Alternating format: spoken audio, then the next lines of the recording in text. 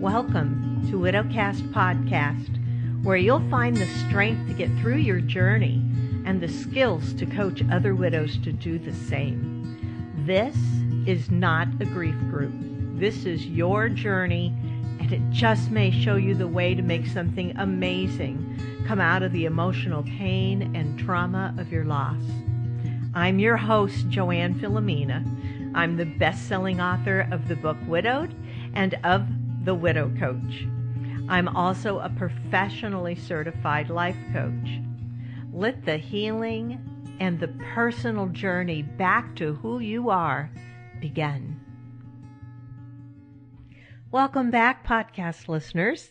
I hope you've had a great week. I want to talk today about owning your negative emotions. You know, in my year-long mentorship program I have for my certified widow coaches, many of them go on in this mentorship program to build a business and take coaching even deeper. And we've been talking about the power of emotions, and we've talked about owning negative emotions. And so I want to share that with you today. Are you excited? We're going to talk about feeling bad. Doesn't that sound great? Can't wait to talk about that, right? I think it is such an important piece that kind of goes unsaid a lot in life coaching, and especially with widows. But it's so important. It's such an important piece of handling your grief. Being able to move through this has a lot to do with the ability and the willingness to feel negative emotions. For most of us, it can seem difficult, and we're really resistant to the hurtful feelings. And I see this when I coach my students.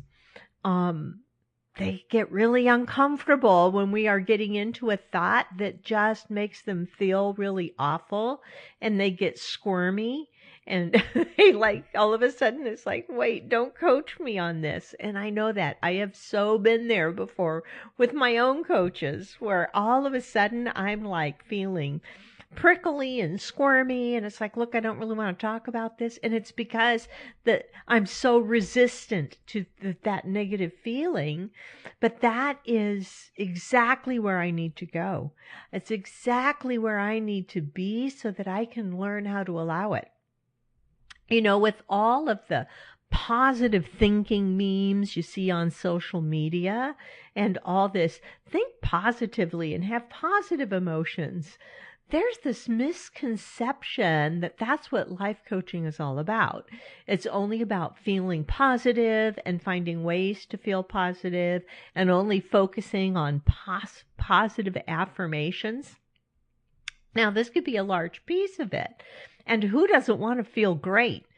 But if someone is teaching you we're supposed to be happy 100% of the time, be aware this is a huge misconception.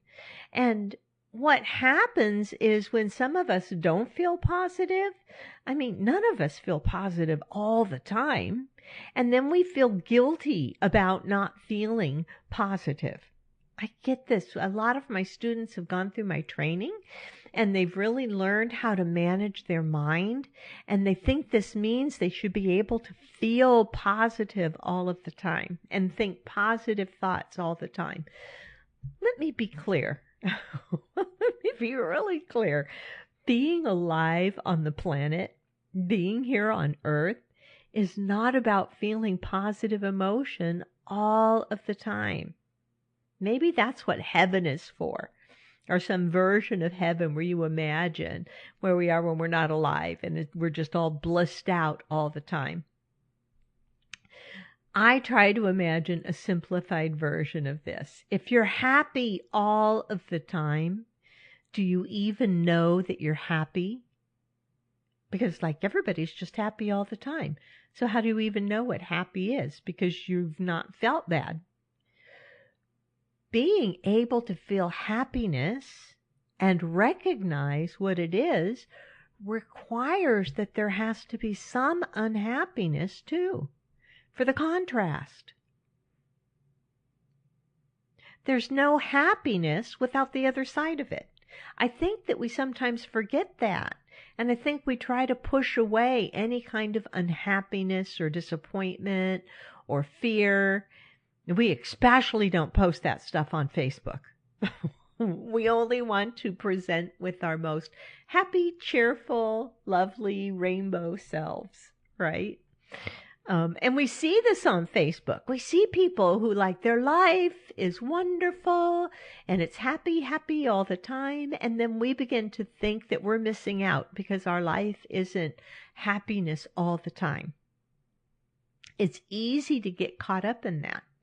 It's really, especially when you're in an industry which is about making our good feelings great and taking ourselves to the highest level of that. I think we can end up believing that negative emotion is a contradiction to that. It's also easy to get so caught up in negative emotion because you're resisting it all the time. It just keeps pushing back at you harder and harder. And soon you're stuck in misery, and that's what becomes your new normal. Who wants that? A constant downward spiral because now we're afraid of feeling happy for anything.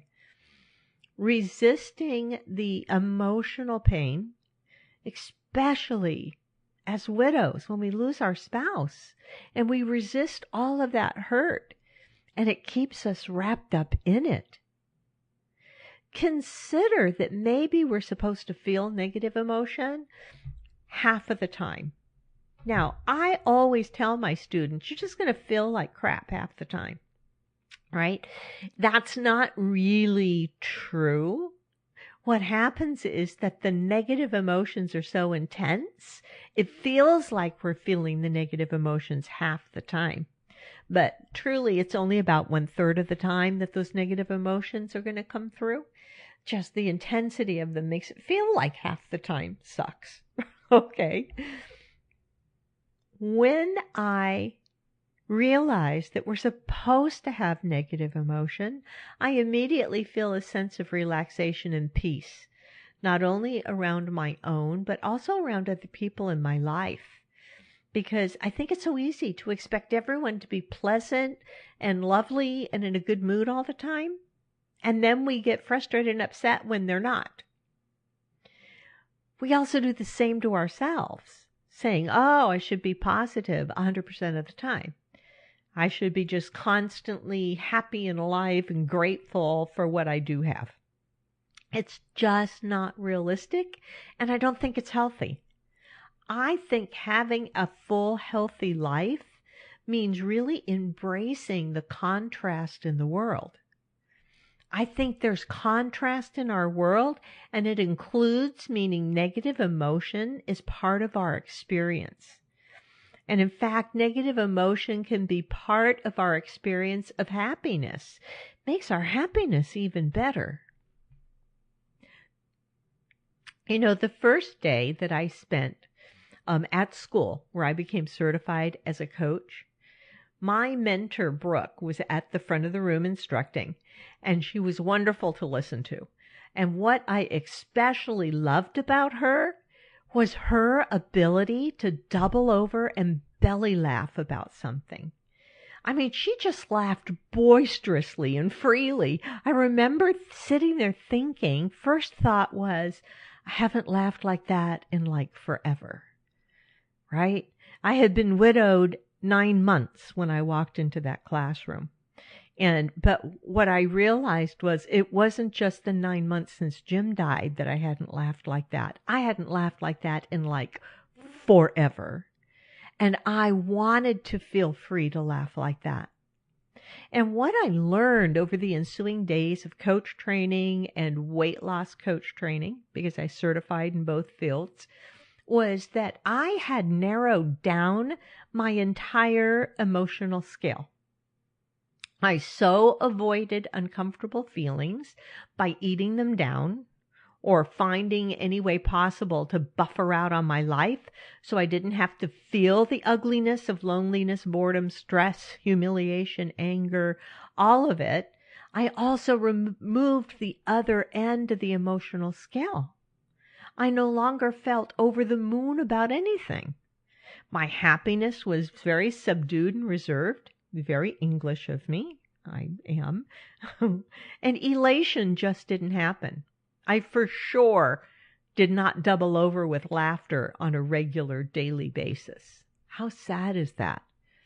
And mostly I had created that through buffering out on my life for a long, long time. And by buffering out, I mean when our lives are not perfect and we're afraid of feeling the uncomfortable emotions. We don't want to feel loneliness. We don't want to feel boredom. We don't want to feel the stress. We find ways that we can just tune out from it.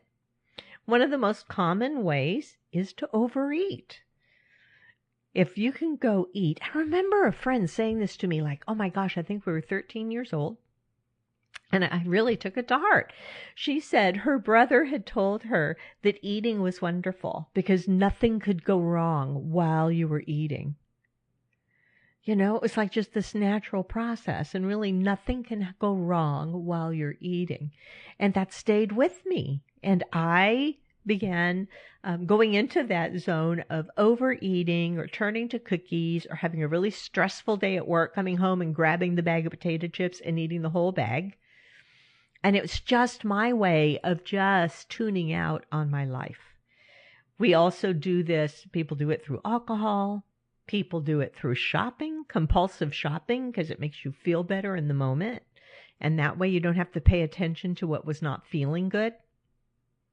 So when we do that and we tune out on the uncomfortable emotions that we don't want to have to feel, we also remove our capacity to experience the other end of that scale, the contrasting end of the scale, which is elation and happiness and laughter.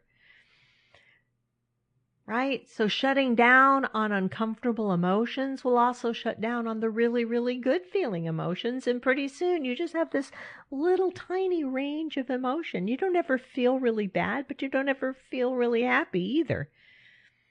The definition of happiness is not the absence of negative emotion and never experiencing negative emotion. It's not just being in a state of bliss all the time. It's not possible to exist in bliss without knowing sadness and feeling blue. I love the happiness and joy I feel when working towards my own potential as a coach. And of course, when working towards your own potential, you're going to be facing a lot of obstacles. Obstacles that can also result in some uncomfortable emotions. But part of the joy of succeeding at something comes through being able to allow yourself to feel uncomfortable in the attempts. You have to be able to feel fear. You have to risk failure and feeling disappointment and embarrassment and let down. But you allow yourself to feel those things, or you risk feeling the emotions of struggling. And then when you finally succeed, you're going to get to feel that ultimate elation and joy. We have to get over the notion that we shouldn't have any negative emotion, that we should just skip our way through lives. You know, getting real here, when your spouse dies, you become very aware that every day is not just skipping along.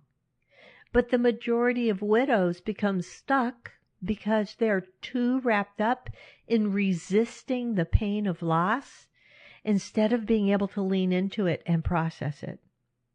When you can allow an emotion and just sit with it, thinking, so this is depressed, or okay, so this is what lonely feels like, it passes quickly. I mean, sure, it's going to return, but each wave of emotion is a little softer than the last. I think it's critical to learn how to process all those uncomfortable feelings if you're ever going to be able to laugh and feel joy again. The more you can allow negative emotion in your life and understand that feeling bad is temporary and it passes, you're no longer fearful of anything that might make you feel uncomfortable. You actually become a total badass, ready to tackle anything. You also find yourself able to double over in a good belly laugh. When was the last time you laughed so hard with a girlfriend that you were both wiping away tears and like holding on to each other so you don't fall to the ground? Right? That's where we want to be. Welcoming both sides of emotion into our lives, it's part of the human experience. It's what we're meant to feel here. We also want to do this one-sided positive feelings thing with our kids. I mean, I really, really want my daughter to be happy all of the time. She's a grown woman now, and I still am this way. I have the sense that it would somehow make a better life for her. And I have to remind myself constantly that her ability to deal with negative emotion is going to come from experiencing negative emotion. And if I'm constantly trying to dismiss negative emotion or control her life in a way so she would never, ever experience negative emotion, she's going to miss out on half of the experience of being alive. So instead of trying to make her feel happy all the time, I'm better serving her by just being in total agreement when she's in negative emotion and honoring that for her and show her how to just allow that emotion. And I'm sure it feels better to her, right? If she's on the phone with her mom and she says, I'm just really devastated by this, and I'm like, ooh, and I'm going to try to fix her right away. That's not what she needs at that time. That's not what she wants. She's going to be like, Mom, lighten up. What she needs is for me to acknowledge how the hell she feels. Like, yeah, oh God, that feels really awful. But it's going to be okay. Right? You can feel awful with it and you'll come through it. And I'm here for you when you want to talk about it. That's it. We as widows can stay in our homes and never leave, so we'll be safe. We don't have to encounter anyone who's going to inquire about our spouse, not knowing that he's dead, and then we have to say those awful words again. I know what that feels like. Like, I avoided our favorite diner for a year because I just didn't know how it was going to feel to walk back in there without Jim. Right? It's the diner that's like right up the road from where we live. It's where we would always go to in a pinch or on a whim. Let's go to the diner. Let's go have breakfast. And when I did, finally, after a year later, I walked into that diner all by myself. It was really hard. And I sat down at a booth. And the busboy, who had been there like forever, and Jim had him trained, he always put a slice of lemon in Jim's water glass or 2 slices of lemon instead of just bringing a water glass. Anyway, he came over to the table and he said, "Hey, where's Poppy?" And I had to look up into his face. And even though it had already been a year, it was so hard to say that. To say, oh, he passed away last year. And the busboy, his face fell. And I felt terrible for him. It was so hard to go in there and get past that emotion of it all. So we can trap ourselves in our home and stay safe. And we would never enter into any new relationships that would cause us pain. We can avoid experiences of contrast and negative emotion. But we're also going to be giving up on the full experience of being alive. And I think the more alive we're willing to be, the more negative emotion we're going to experience. I got through that first visit to the diner. I did. It felt hard. It also felt very melancholy. It also brought back some great memories, right? The two of us doing Hamburger Tuesday every Tuesday night was hilarious. And we had so much fun with that.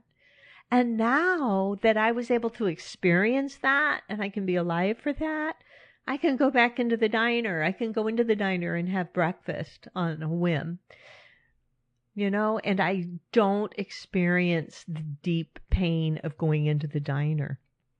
I always feel a little nostalgic. I always remember Jim. I love it when I get to sit at the booth that was always like our booth. We had our booth at the diner, kind of in a little quiet back corner, and I love to sit in that booth. And I always sit on my side. I never sit on Jim's side of the booth. It's like he's there. He's still there. So, yeah. And I'm not to say that we don't create the negative emotion. It's like it didn't jump in from outside of me when I walked into that diner. We do create it. We create it with our thought patterns and with the way we think. But that doesn't mean that something is terribly wrong. It doesn't mean something's gone wrong because you're thinking something that makes you feel bad. I was thinking it's going to hurt so much to go back into that diner without Jim. That's what I was thinking. And it made it hurt so much to go back in there. It kept me away from my favorite diner for a year. You know, a lot of times when we feel negative emotion, things are actually going terribly right. For me, feeling an uncomfortable emotion can be my indicator that it's time to connect with myself. To sit down for a minute, write in my journal, do a thought download to see what's going on with me. If I don't, I'm going to end up buying a pint of ice cream and eating the whole thing, trying to escape it. So knowing that I'm feeling uncomfortable, it's like the little flag that comes up and goes, oh, it's time to pay attention to you. You know, what do you think and what's going on? I think that most of what I'm experiencing with my clients is what I would say is an epidemic of people resisting and avoiding their emotions. I think they are spending so much time trying to be happy without actually being happy and making the effort to do that by resisting anything that feels like a negative vibration in their body. And the way they're doing it is they pretend it's not there, push it away, avoid it.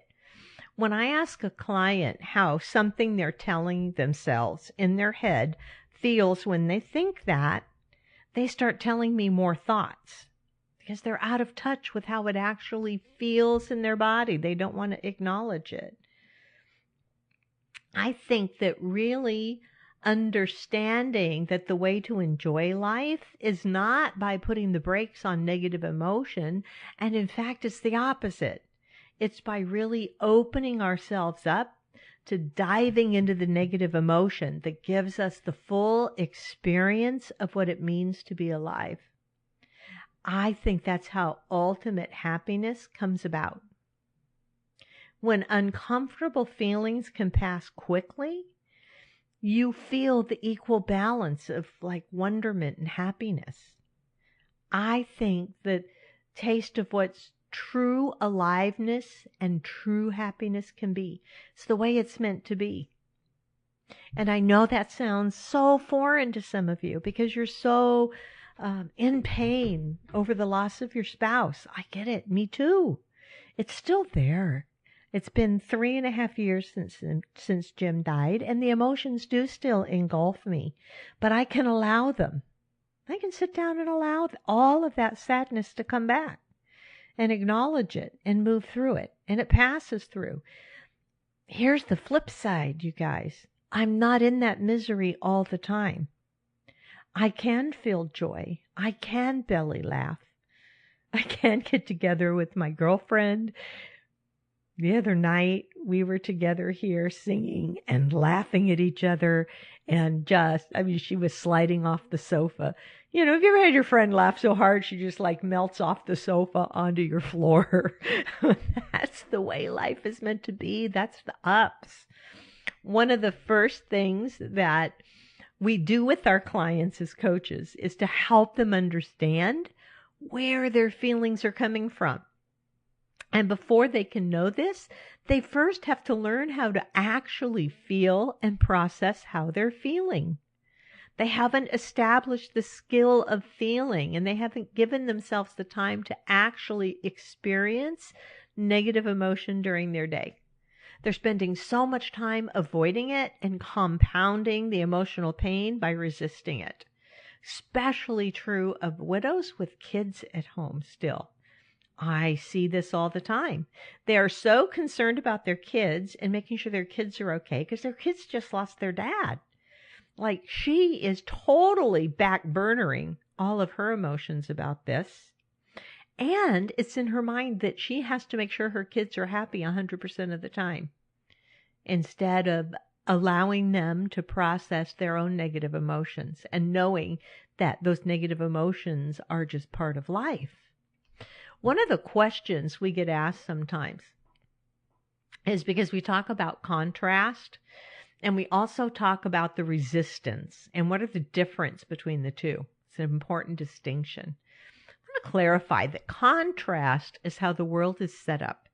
It's like the yin and yang of the world. There's positive and there's negative. You know, we live with darkness and light. It creates the contrast. And that's something that everybody will experience. It's the reality of this place that we live here on planet Earth. The resistance is our inability to accept that. The resistance is our desire to make that contrast not be true. And resistance creates so many problems because what it does, it denies truly our experience of being alive. And we spend so much time running away from ourselves and diving into unconsciousness with overeating or whatever way we're buffering out on our life. We miss not only the experience of being alive, but the experience of experiencing ourselves and what it's like to be alive inside our own body and experiencing everything. It's like we create this side life that's whatever we do to avoid, right? Some people it's drinking, some people it's eating, some people it's overworking, and we pretend like this is our life. As widows, we want our outward appearance to be like we have it all under control. We want to make it look like we're doing okay, especially when we have kids that we're trying to shield from negative emotion instead of supporting their experience of it. We create that experience as if it's our life. Well, we're missing out on the true experience of emotion. One of the things I always teach my clients, and it sounds funny. I know it sounds all touchy-feely guru, but I teach them how to feel, right? I know it sounds like I'm learning to feel my feelings, but spending time with your feelings and even talking about them is how you really connect with yourself. Feeling your feelings is the most courageous thing anyone can do.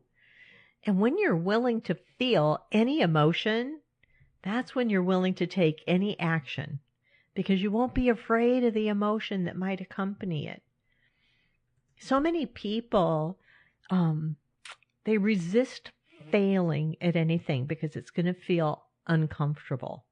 So they never take the risk. They never take that step to do something different because they're like, well, if I do and it fails, I'm going to look really stupid. I'm going to be embarrassed. I'm going to be so disappointed. They don't want to risk feeling those things. So they just fail ahead of time. They fail by not trying. It's like, this is a huge risk, and I'm going to look really stupid if it doesn't turn out right. And so they don't do it, and they miss out on like the career of their life, right? Or they miss out on a chance that if they had taken it, maybe it was flipping a house and they thought this is an insane risk and I'm just afraid how awful I'm going to feel if I lose all my money in this house and nobody buys it. So they don't do it at all. And the next person comes along and says, I'm going to take that chance. And they make $100,000 on fixing up this dump house and reselling it. So the person who never tried and chose to fail ahead of time, what they actually missed out on was not feeling defeat or embarrassment. What they missed out on was $100,000. If you become fearless of the feelings that can go along with failure, you can create so much success in your life. It's incredible because you are not afraid of the failures and you're willing to experience the failures. You know, they tell you if you study people who are like super successful, they have failed over and over and over. They experience that failure over and over and over. But for every 5 failures, they have one great whopping success. And that's like makes it all worth it. One of the things I want to suggest that you can practice doing is taking the time each day, like even just 10 minutes, and allow yourself to feel any negative emotion that you're feeling. Right? When I was coaching weight loss clients, the way I have them do that is to notice when they wanted to overeat, but they weren't really hungry. It's like almost like fog eating. Fog eating is when, oh gosh, I used to do it. I would like grab a box of Better Cheddars and be eating in front of the TV thinking I'm going to have just a few Better Cheddars, but pretty soon my hand hit the bottom of the box. I was so checked out on my life. I was checked out on my own emotional experience. I was checked out on even tasting the Better Cheddars. It's like the whole box. I ate them. I didn't even taste them or notice them. I ask my weight loss clients to practice for 10 minutes instead of eating, instead of avoiding, if they were feeling like they wanted to eat and they weren't truly hungry, to take 10 minutes to just feel whatever emotion they were feeling at that time. And the way I have them do that is by sitting down and describing how the emotion feels inside their body. And what is this that we're trying so hard to escape from? What is so awful that we have to eat the whole box of Better Cheddars? What we realize is because we've been resisting our emotion for so long, we don't even know what it's like to experience the emotion. We only know what it's like to resist it and avoid it. So for many of us, this experience of taking a moment and to be in the discomfort of a negative emotion, it's the first time we've ever done it. It's the first time we ever sat down and said, let me just feel this. And if you give yourself a certain period of time every day to just allow whatever a negative emotion you're feeling come up, and just to experience the flow when you fully accept it and you actually will learn the skill of how to feel a negative emotion. You'll learn how to feel a negative emotion, and you also learn how to feel the opposing positive emotion. You're going to learn how to feel. Many of us have learned how to resist emotion and avoid emotion for so long, we literally don't know how to feel. And the best way to do anything is to do it and do it consistently. 10 minutes a day. When you feel yourself wanting to escape, you know what it is that you do when you try to escape from yourself? Think about it. Like maybe you eat, maybe you just turn on something on Netflix to binge watch. Maybe you just scroll Facebook endlessly. Instead of doing that, invite whatever ugliness you think is inside of you. And I say ugliness in air quotes. You can't see my air quotes because it's a podcast. But invite whatever ugliness you think is inside of you to come up. And just notice it with fascination and curiosity. Don't have judgment about yourself. Be compassionate with yourself. This is being human. This is the human response. Let me see what's going on here. You know, for some of you, it could be rage. For some of you, it could just be sadness, deep depression. Maybe it's the loneliness since your spouse died. Can you give yourself 10 minutes to experience that emotion in its purity and really notice what it feels like and to experience it? See, how long does it last? Do you know how long a negative emotion lasts? Most of you are going to say no because you've never allowed it to come through.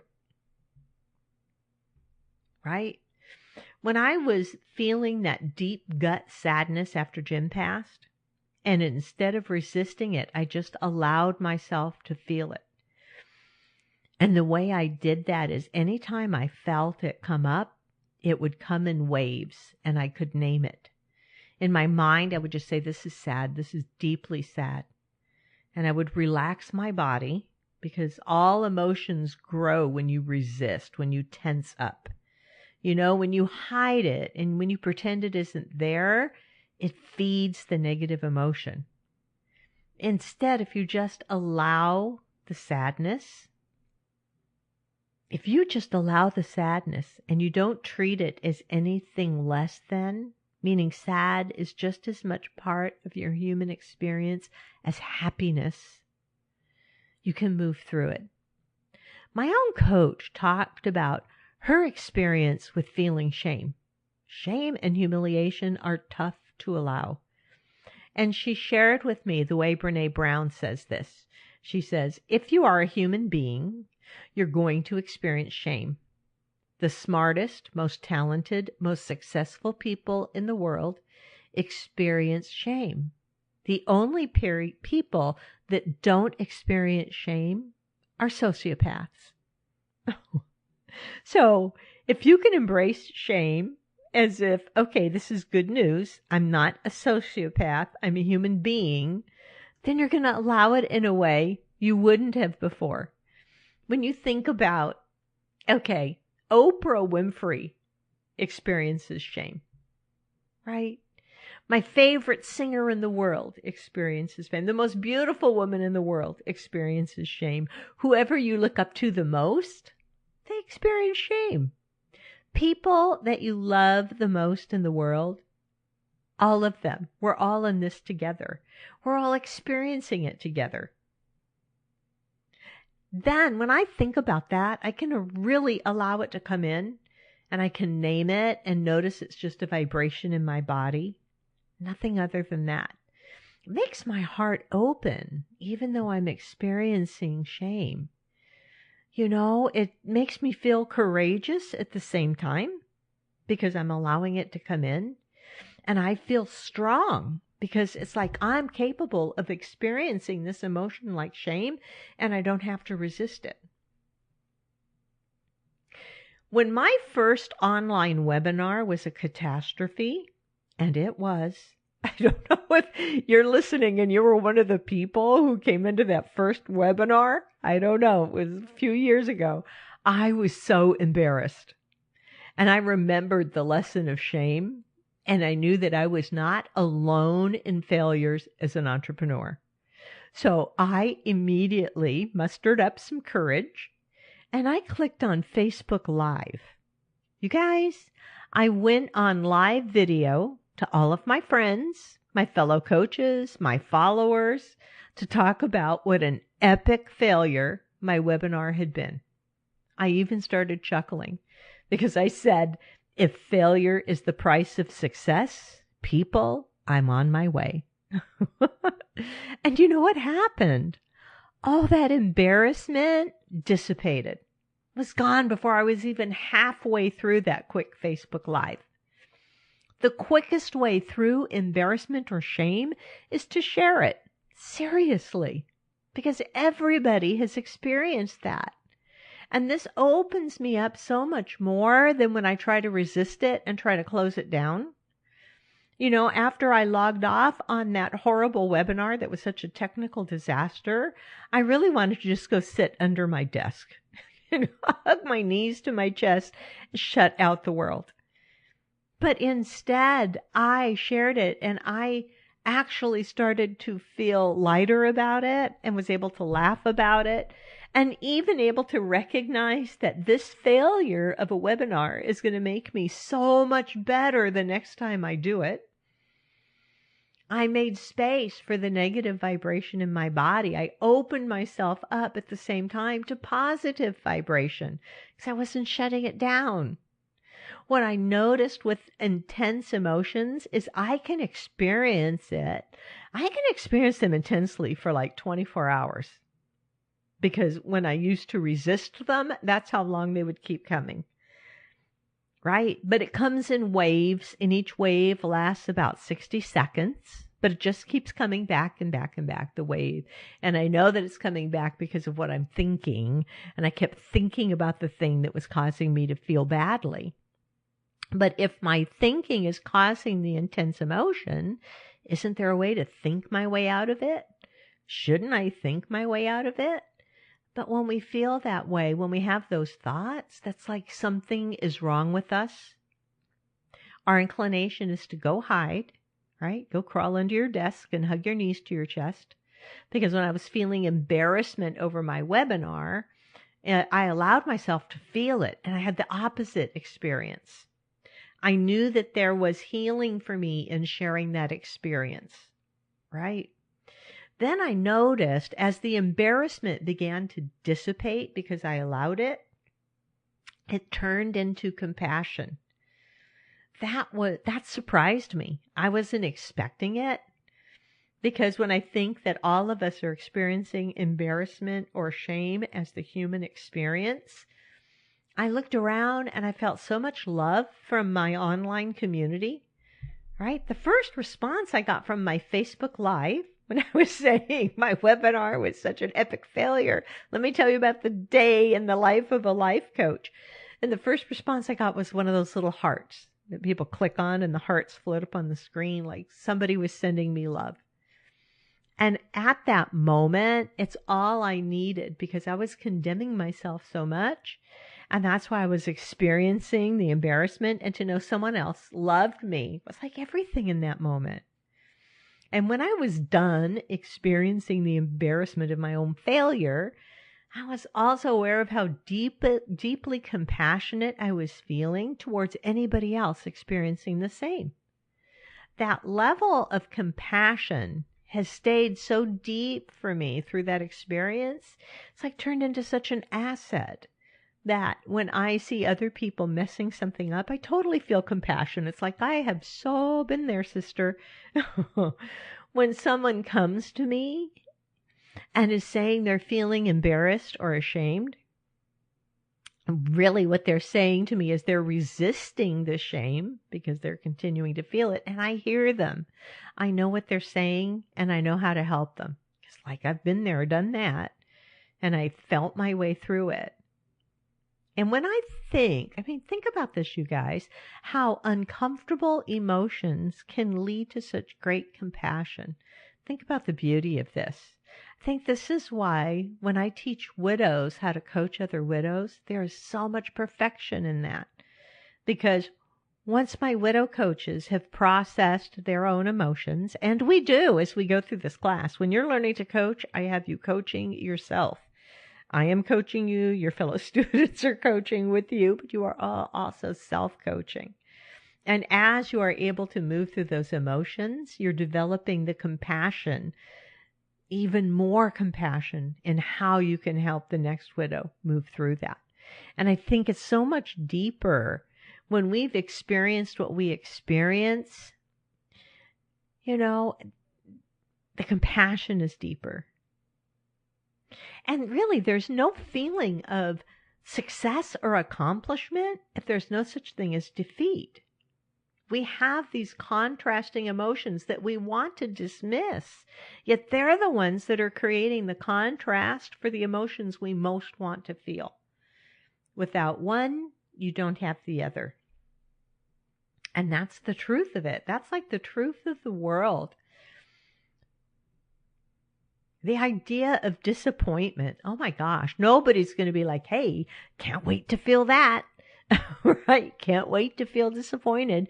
If we're willing to feel it, then our experience of desire and our experience of thrilling achievement is going to be intensified. I think by bringing in the whole experience and noticing that half of your emotions are going to be negative, and that doesn't mean something has gone wrong.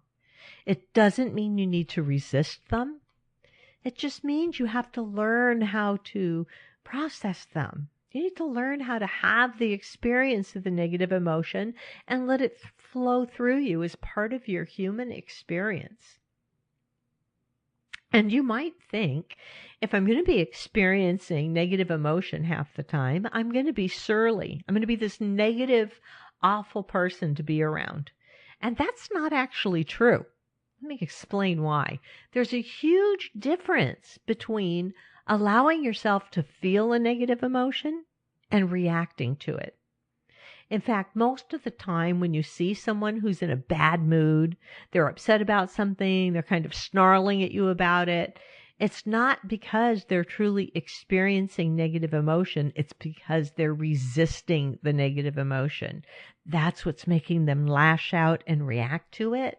If you can allow it, then you don't have to react to it. You know, it's the difference between the ugly cry and the pretty tears. I made my nieces laugh one day because I told them I had learned how to pretty cry. I thought that was hilarious. But here's what it is. Here's the truth. And this is something I learned in widowhood, you guys. One of the gifts of widowhood, right? Pretty tears. I found that it was when I was resisting crying. I was trying to hold back the tears. I was trying to hold down all that awful sadness and hurt and emotion that was about to well up, especially if I was in the company of another person, right? Somebody comes up at the wrong moment, puts their hand on your arm and says, "So how are you doing?" And man, it like wells up inside of you, this grisly lump in your throat. You can barely speak. And when you're trying to resist all that emotion and put it back down, but then it just bubbles up in you and it overflows. And you ugly cry. Seriously, that's the open mouth, face all scrunched up and red, right? It's the Lucille Ball ugly cry. But instead, when you can allow the emotions that come, right? It's like, oh, here I go. I'm going to cry. It feels really sad. And you just let it. Then the tears just start kind of like dribbling out the sides of your eyes. But you're not ugly crying. Like you're not all squinched up. Your face isn't all contorted because you're not fighting against it. You're just allowing the tears. And it may sound really stupid, y'all. It might. But I have to tell you, when I reached that point in my journey, and it wasn't immediately, I promise you, I ugly cried for a long time. I ugly cried a lot after Jim died. But when I crossed that point, when I realized I could allow the hurt to just come up, I could allow myself to just sit there and cry, it made such a difference. It made such a difference in how long I felt bad. It made such a difference in, oh my God, I cry all the time now too. It's like I turned on the faucet and now it happens, but I just let it. I can watch a TV show and cry. I can watch a TV commercial and cry. I can see something touching at the mall and cry. It's like, okay, cry. Just cry. It's part of who I am now. When I'm saying to experience negative emotion and give yourself the time to actually allow that emotion to come up, I'm not suggesting that you're reacting to the negative emotion. Okay? I'm suggesting you just let it be there. Let it be what it is. If it makes you cry, just let the tears come out. It's a very different energy. And I think in the beginning, it's really important to give yourself some time. Be like, okay, at noon, I'm going to sit down and I'm just going to let this negative emotion come up. Right? If it doesn't come up and you know it's there because you were feeling bad, I suggest you sit down and do a thought download. I've talked about thought downloads before on this podcast. You just write down all of the negative thoughts that are in your brain and know that there will be some negative thoughts in there. There'll be some positive thoughts in there. That's okay. By pretending they're not there, you're not owning them and you can't change them.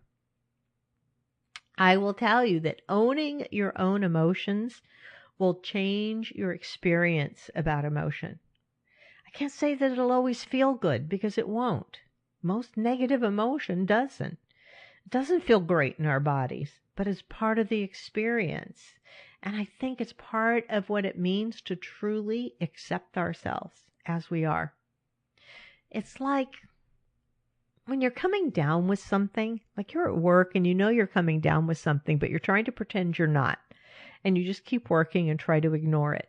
But it's going to get you, right? It's like the flu or a cold. And when you accept that you really are coming down with a cold or the flu, and you allow yourself to have sick time, then you can heal from it. You know it's not going to last forever. It's going to pass through you. Your body will take care of it, and then you'll move on. Emotions are really similar.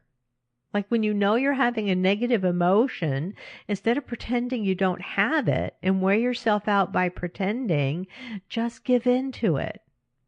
You just allow it without reacting to it. You just be with it.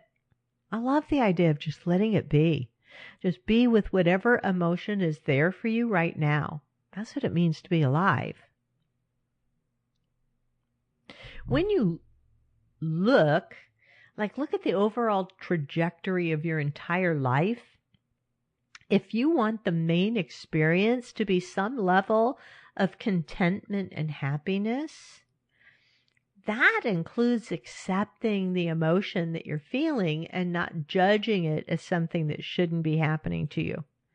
Just allowing it as part of your experience of life. And it really will give you access to what you're thinking that's creating it without even trying to change it. Then you stop controlling everything around your life and you stop avoiding things that you may want to do because of your fear of negative emotion. The fear of feeling bad and the resistance to the negative emotion are much bigger problems than the actual emotion itself.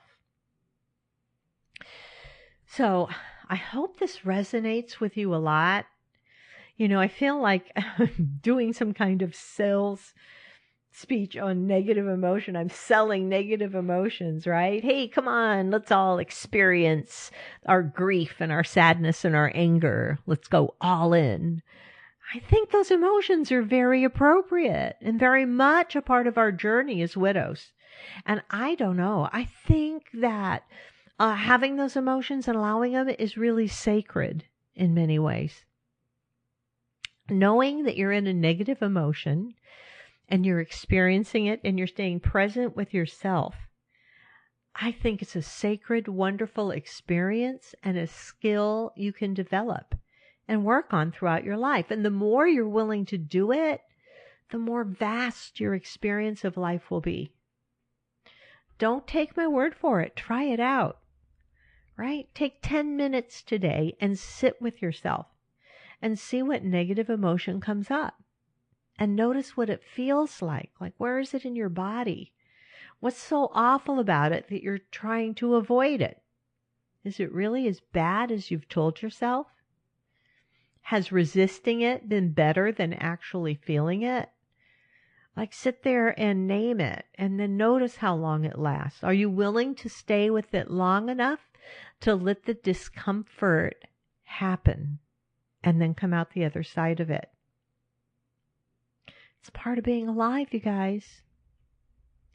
Normally at the end of my podcast, I tell you all to get out there and find some joy in your life. This week, what I wish for you this week, until I talk to you again, is experiencing lots of negative emotion and allowing it. So thank you for listening. It would be incredibly awesome if you could take a moment to write a quick review in iTunes on the podcast. I would love that. And if you have any questions or comments or even coaching issues you'd like to hear about on the show, visit me at JoanneTheLifeCoach.com. That's JOANN, thelifecoach.com. And just look in the top menu, click on contact, and you can send me a little note right from my website. I will talk to you all again next week.